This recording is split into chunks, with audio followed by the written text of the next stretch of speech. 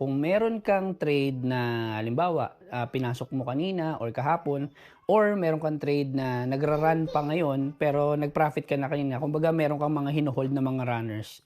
So ako, gaya ko, meron akong trade na hinold ko. So nag-profit naman na yun pero may mga runners ako. Tuturuan ko kayo kung paano mag partial profit para at least kumbaga makakakurot ka na rin agad ng profit do sa ano mo. Tara, tignan nyo to.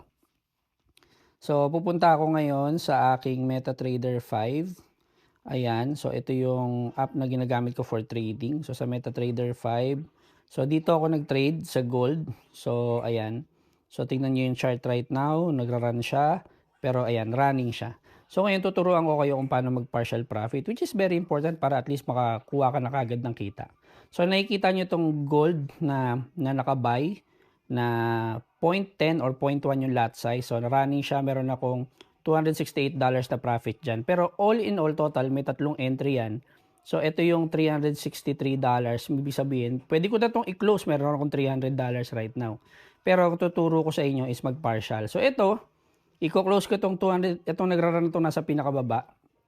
So, ang gagawin ko dyan, i-close position ko siya. Pero, bago ko siya i-close, itong 0.10, kukuhaan ko ng 0.08. So, parang 8%. So, kuhaan natin siya. Gawin natin siyang 0.08. Yan. Tapos, pipindutin ko itong dilaw. Boop. Yan. So, nakita nyo, may natira na lang na 53. Pero, nagra-run pa rin siya. Pero, sa history, pag tinignan nyo yung history na yan, ayan, kumita na ako ng $212 sa ginawa ko. So, yun. Pero, nagra-run pa rin tong trade na to. Pansinin nyo, ayan pa rin siya, hindi siya nawawala. Oh.